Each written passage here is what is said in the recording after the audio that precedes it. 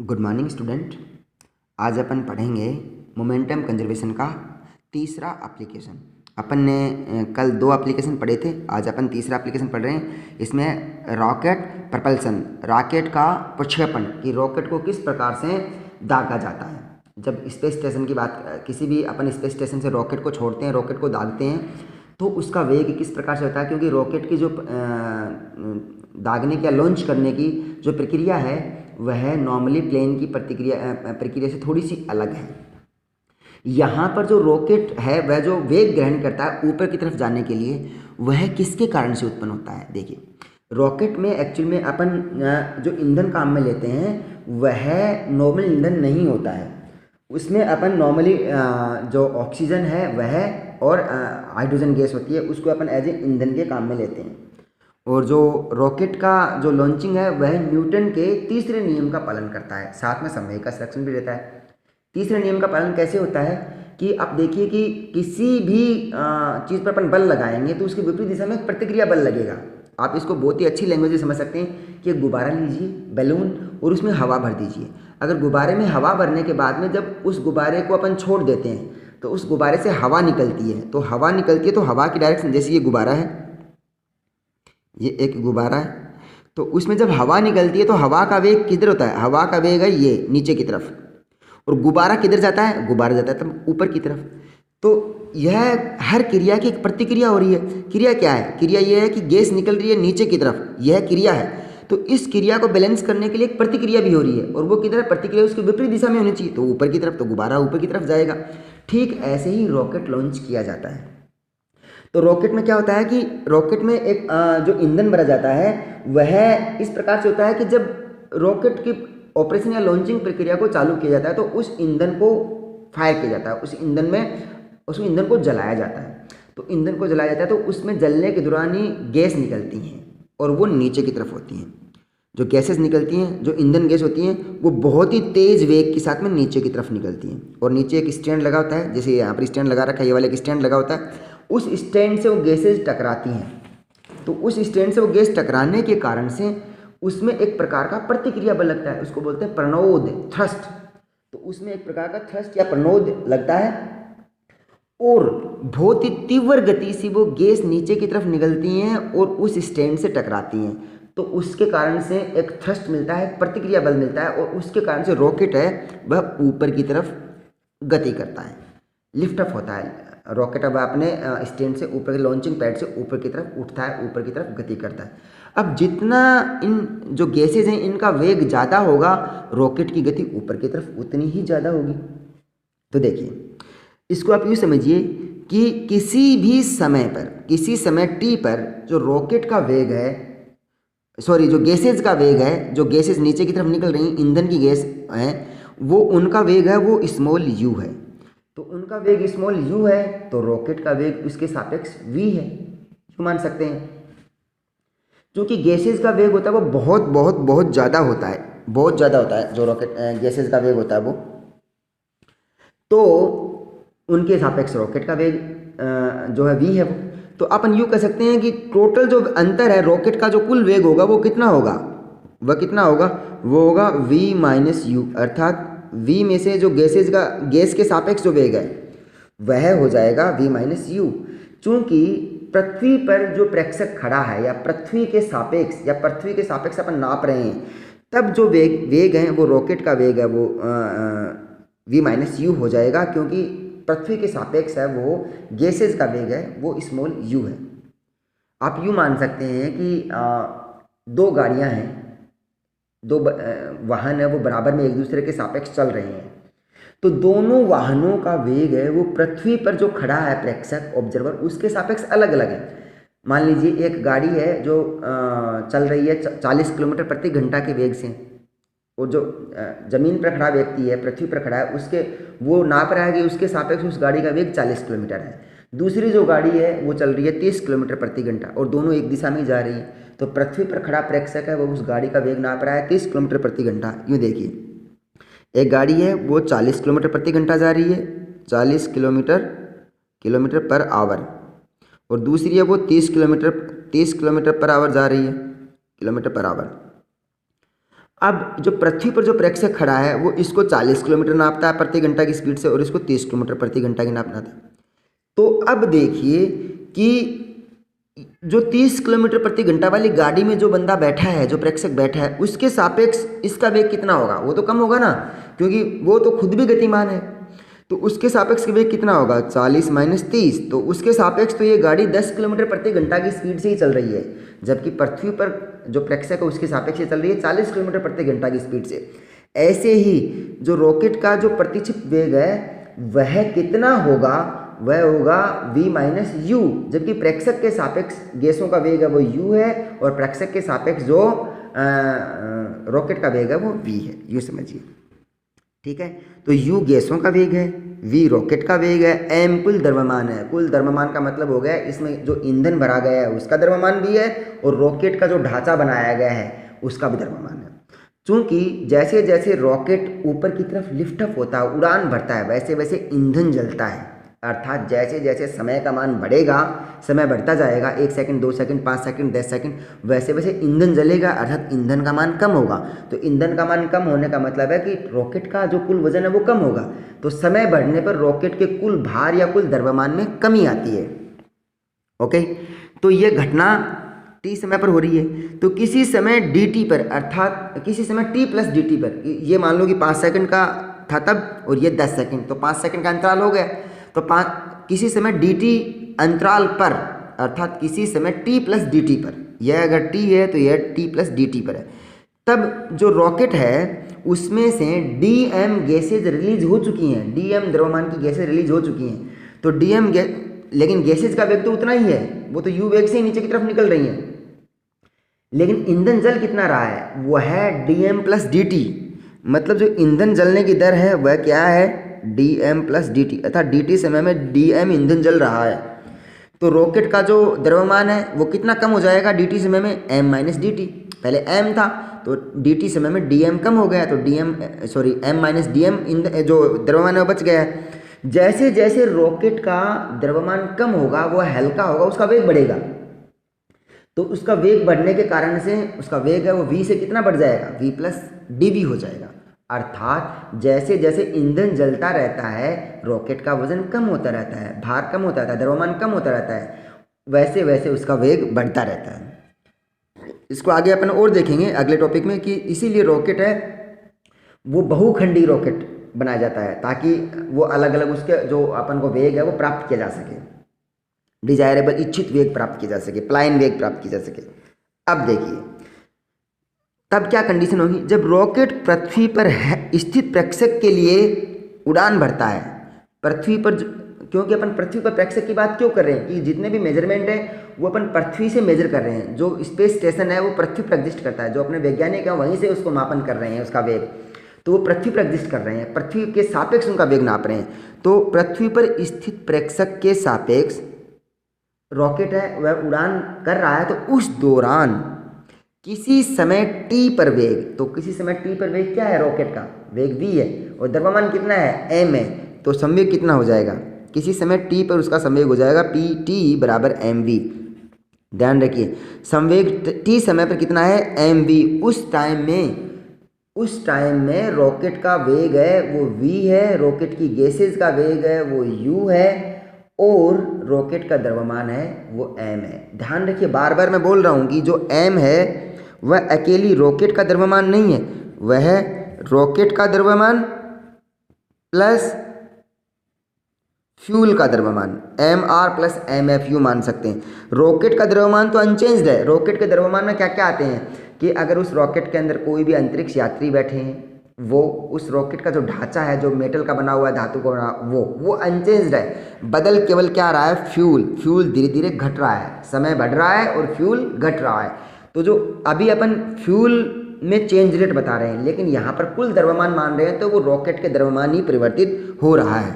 इस बात का खास तौर पर ध्यान रखें। अब जब रॉकेट t समय पर था तब उसका संवेग ज्ञात कर लिया अपन ने। अब किसी समय t प्लस dt पर कुछ समय के बाद में कब? जब dt समय कंप्लीट हो चुका है, कुछ टाइम बीत चुका है। तो जब कुछ टाइम बीत चुका है तो रॉकेट है वो लिफ्ट अप हो चुका है, उड़ान पर है। तो जैसे जैसे वो उड़ान पर है उसमें ईंधन जल रहा है, तो ईंधन जल रहा है इसका मतलब समय बढ़ रहा है। जैसे जैसे समय में वृद्धि होगी, समय बढ़ता जाएगा, वैसे वैसे रॉकेट ऊपर की तरफ उड़ान भरेगा, वैसे वैसे उसका ईंधन जलेगा, वैसे वैसे रॉकेट का द्रव्यमान कम होता जाएगा। अर्थात रॉकेट का द्रव्यमान समय के सापेक्ष धीरे धीरे कम हो रहा है। तो किसी समय t प्लस डी टी पर रॉकेट का वेग कितना हो जाएगा, बढ़ जाएगा। ध्यान रखिए, तो कितना बढ़ जाएगा, v प्लस डी वी। द्रव्यमान कितना होगा, कम हो जाएगा, m माइनस डी एम, जहाँ पर डी एम गैसों या ईंधन के जलने की दर है समय के सापेक्ष, यह इसके ईंधन के जलने की दर है। तब समय t प्लस डी टी पर संवेग, तो समय t प्लस डी टी पर संवेग, तो देखिए घटना से पहले का संवेग और घटना के बाद का संवेग। घटना से पहले का संवेग मतलब mv और घटना के बाद का संवेग t प्लस डी टी समय पर घटना के बाद है। तो तब क्या होगा, रॉकेट का संवेग होगा, और रॉकेट का संवेग होगा प्लस उस टाइम में गैसेज भी रिलीज हो रही हैं। यहाँ पर अपन अभी बात कर रहे थे, उस टाइम में अपने गैसेज को रिलीज नहीं माना था, आप यूँ मानिए उस टाइम में रॉकेट गैसेज रिलीज होना चालू ही हुई थी, एक प्रकार से स्टार्टिंग पोजीशन ही थी। अभी गैसेज रिलीज हो रही हैं, गैसेज हैं वो ईंधन के रूप में खपत हो रही है, और गैसेज हैं वो ईंधन कम हो रहा है। तो रॉकेट का संवेग प्लस जो गैस रिलीज हो रही है, ईंधन जल रहा है, उसका संवेग। तो रॉकेट का संवेग मतलब रॉकेट का समय डी टी समय में कितना द्रव्यमान बदल गया है, द्रव्यमान m से m माइनस डी एम हो गया, तो ये तो हो गया रॉकेट का द्रव्यमान, और रॉकेट का वेग बढ़ गया है, v प्लस डी वी हो गया, तो ये तो अकेला हो गया रॉकेट का संवेग m v, एक प्रकार से द्रव्यमान गुणा वेग, प्लस जो ईंधन है उसका भी तो संवेग है, क्योंकि वो नीचे की तरफ ईंधन जल रहा है। ईंधन देखिए नीचे की तरफ है और रॉकेट ऊपर की तरफ, दोनों का संवेग। तो ये हो गया डी एम गैसेज अभी तक जल चुकी हैं, ईंधन खपत हो चुका है, प्लस उनका वेग। अब उनका सापेक्ष वेग ज्ञात करना पड़ेगा। ध्यान रखिए, सापेक्ष वेग कैसे ज्ञात करना पड़ेगा, क्योंकि रॉकेट का वेग माइनस ईंधन का वेग, तो वो सापेक्ष वेग हो गया। तो रॉकेट का वेग कितना हो गया, v plus d v minus u. U क्यों माइनस, क्यों कि ये तो है रॉकेट का वेग किसी समय dt पे, और ये है ईंधन का वेग। तो दोनों में, क्योंकि रॉकेट ऊपर की तरफ, ईंधन नीचे की तरफ, तो उनके सापेक्ष देखेंगे तो रॉकेट के सापेक्ष ईंधन का वेग कितना होगा, क्योंकि रॉकेट ऊपर की तरफ जा रहा है तो उसके सापेक्ष ईंधन का वेग घटना चाहिए, विपरीत दिशा में है। तो ये रॉकेट के वेग से ईंधन का वेग घटा देंगे तो ईंधन का कुल वेग अपन को पता चल जाएगा। ओके, ये आ गया किसी समय t प्लस डी टी पर रॉकेट का कुल संवेग। तो पहले अपने पास संवेग कितना था, पहले अपने पास संवेग था ये वाला, देखिए mv, और अब संवेग कितना है, यह pt समय पर था, यह pt प्लस dt समय पर है। तो m minus d m into v plus d v plus d m into v plus d v minus u. अब समय अंतराल में संवेग अंतराल t प्लस डी टी से t प्लस डी टी समय जाने पर कितना संवेग में परिवर्तन हुआ, तो अंतिम संवेग माइनस प्रारंभिक संवेग। अंतिम संवेग कितना है, pt प्लस डी टी, प्रारंभिक संवेग है pt, तो घटा दीजिए, तो dp बराबर m minus d m v plus d v plus d m v plus d v minus u. ये तो था pt प्लस डी टी वाला संवेग, और pt वाला संवेग कितना है, माइनस का mv। ठीक है, चलिए इसको मल्टीप्लाई कीजिए, तो जब मल्टीप्लाई करेंगे तो आ जाएगा mv plus m d v minus v d m minus d m d v plus v d m plus d m d v minus u d m minus m v. ये सब multiply किया आपस में तो ये term आ गई हैं।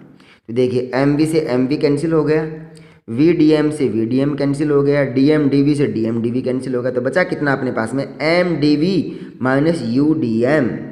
अर्थात जो संवेग में अंतर है वो एम डी वी रॉकेट का कुल द्रव्यमान गुणा वेग में परिवर्तन माइनस द्रव्यमान में परिवर्तन गुणा जो गैसेज हैं उनका वेग, ये मान आया है। चूँकि जो रॉकेट जिस निकाय में है, किस निकाय में है रॉकेट, अपन पूरा सिस्टम मान रहे हैं अर्थ के सापेक्ष एक निर्देश अंतर, उस पर कोई बाह्य बल नहीं लग रहा है। अपन यूँ मान रहे हैं कि बाह्य बल अभी जीरो है, एक प्रकार से जो भी प्रेशर है, एटमॉस्फेयर प्रेशर है या हवा का दबाव है, वो एक प्रकार से अपन जीरो मान रहे हैं, नेग्लिजिबल मान रहे हैं। तो एक्सटर्नल फोर्स कितना है, एक्सटर्नल फोर्स है जीरो। तो किसी भी निकाय, विलगित निकाय पर अगर बाह्य बल जीरो है तो उसका संवेग सुरक्षित रहता है, तो कुल संवेग में अंतर जीरो है, तो कुल संवेग में अंतर जीरो हो गया। तो कुल संवेग में अंतर जीरो होने के बाद में देखिए ये जो इक्वेशन है अपना, इसको एक नंबर मानिए, इक्वेशन नंबर एक को जीरो के बराबर कर दीजिए, तो m d v minus u d m बराबर जीरो। तो एम डी वी बराबर यू डी एम आ गया, एम डी वी बटे डी टी बराबर यू डी एम बटे डी टी। यहाँ पर क्या है कि आपने डी टी का भाग दिया दोनों तरफ, dt का भाग देने का मतलब है कि एक प्रकार से देखिए ये तो हो गया एम डी वी बटे डी टी, यह एक प्रकार से एम ए बल लग गया है, और यहाँ पर यू डी एम बटे डी टी यह है ईंधन में खपत की दर। रॉकेट का जो ईंधन है वो डी एम बटे डी टी की दर से परिवर्तित हो रहा है, अर्थात द्रव्यमान परिवर्तित हो रहा है, चेंज हो रहा है। उसका मतलब यह है कि जो रॉकेट है वह ऊपर की तरफ जितना उड़ान बढ़ रहा है उसका ईंधन जल रहा है, और समय के सापेक्ष उसकी जलने की दर है वो डी एम अपन डी टी है, कि प्रति सेकंड इतना ईंधन जल रहा है। ओके ठीक है, ठीक है। अब देखिए उसी इक्वेशन नंबर 1 से अपन ने जो नया इक्वेशन प्राप्त किया था एम डी वी बराबर यू डी एम, तो उसमें क्या किया डी वी बराबर यू डी एम बटे एम, अपन ने एक नया इक्वेशन बनाया अपनी इच्छा, क्योंकि अपन को तो रॉकेट का वेग ज्ञात करना है, अपन को पता करना है कितने समय के अंदर किस समय पर रॉकेट का वेग क्या होगा। तो अब देखिए कि जो प्रारंभिक समय t1 था उसको मैं ये मानता हूँ कि रॉकेट है वो बस शुरू होने वाला ही है, तो उस टाइम में t बराबर 0, जब t बराबर 0 है तो रॉकेट का द्रव्यमान एम आई, इनिशियल मास प्रारंभिक द्रव्यमान अधिकतम होगा, क्योंकि उस टाइम में उसमें रॉकेट का द्रव्यमान भी होगा और ईंधन भी पूरा का पूरा अपना द्रव्यमान रखेगा, तो ईंधन का कुल द्रव्यमान और रॉकेट का कुल द्रव्यमान मिलकर प्रारंभिक होगा। उसका प्रारंभिक वेग वी आई मान रहे हैं, लेकिन प्रारंभिक वेग शुरू के अंदर उसका 0 ही है, रॉकेट कोई वेग नहीं है, उससे स्थिर अवस्था में ही है। लेकिन डी टी समय के बाद में, अर्थात t बराबर 0 था, उसके बाद सपोज t बराबर 0 तो 5 सेकंड बाद में, 10 सेकंड बाद में यूँ मान सकते हैं, तो डी टी समय के बाद में जो रॉकेट का द्रव्यमान है अब हो गया m v f. M v f का मतलब क्या है डी टी समय, एम वी एफ यहाँ पर यूँ मान सकते हैं कि एम माइनस डी एम है एक प्रकार से, लेकिन उसको अपन फाइनल द्रव्यमान बोल रहे हैं किसी समय टी डी टी पर चेंज में, और वेग उसका वी एफ आ गया। तो रॉकेट का प्रारंभिक वेग वी आई तब द्रव्यमान एम आई, रॉकेट का प्रारंभ अंतिम वेग जिस समय पर ज्ञात करें वो वी एफ, तो द्रव्यमान एम एफ हो गया। तो जो इक्वेशन दिया गया है ये समीकरण नंबर 2 है, इस समीकरण नंबर 2 का अपन समाकलन कर देंगे। तो समाकलन करेंगे डी वी वी आई से वी एफ और ये यू डी एम बटे एम एम आई से एम एफ। तो समाकलन करेंगे तो इधर तो आ जाएगा, समाकलन करेंगे तो वी लिमिट लेंगे तो वी एफ माइनस वी आई बराबर इसका हो जाएगा, चूँकि अपन को पता है कि डी एक्स बटे एक्स का समाकलन करते हैं इंटीग्रेशन, तो ये होता है log x प्लस कॉन्स्टेंट, यहाँ पर कॉन्स्टेंट लिमिट के चक्कर में लिमिट लगा रहे हैं तो वो हटा दिया है, तो log x ही है, तो यहाँ पर हो जाएगा log m। तो log m का जब लिमिट लगाएंगे तो log m minus log mi, तो log a minus log b का मतलब होता है log a बटे b, तो यहाँ पर u log mf बटे mi आ गया। vf का मान निकालेंगे फाइनल वेलोसिटी, तो vi ये हो गया vi plus u log mf upon mi। चूँकि रॉकेट का प्रारंभिक वेग कितना है, आप चाहें तो यहाँ से भी 0 ही कर सकते हैं, कोई दिक्कत नहीं, लेकिन अपने बताया है कि स्टार्टिंग में उसका वेग सपोज कुछ भी था, तो अगर मैं रॉकेट का प्रारंभिक वेग है वो 0 मानूँ, जो कि 0 ही है, रॉकेट जब उड़ान से पहले उसका वेग 0 ही होता है, तब उसका फाइनल वेग कि किसी समय डी टी पर उसका वेग कितना हो जाएगा वी एफ बराबर यू लोग एम एफ अपॉन एम आई। ध्यान रखिए किसी समय टी पर, टी बराबर 0 पर जब गैसेज निकल रही हैं ईंधन के रूप में, तब जो गैस का जो वेलोसिटी है वो अपन इस प्रकार से दे सकते हैं। देखिए कि यहाँ पर जो गैसेज निकल रही हैं वो उस टाइम में जब रॉकेट स्थिर अवस्था में ही है, तो रॉकेट के सापेक्ष तो गैसेज का वेग विपरीत दिशा में होगा, क्योंकि रॉकेट तो स्थिर अवस्था में है, ऊपर की तरफ है, और गैसेज नीचे की तरफ है, तो इस रॉकेट के सापेक्ष जो u वेग से विपरीत दिशा में निकल रही हैं, तो या तो विपरीत दिशा बोलें या माइनस u वेग बोलें, तो जो गैसों का जो रिजल्टेंट वेलोसिटी है वो माइनस u है, u मानिए आप। लेकिन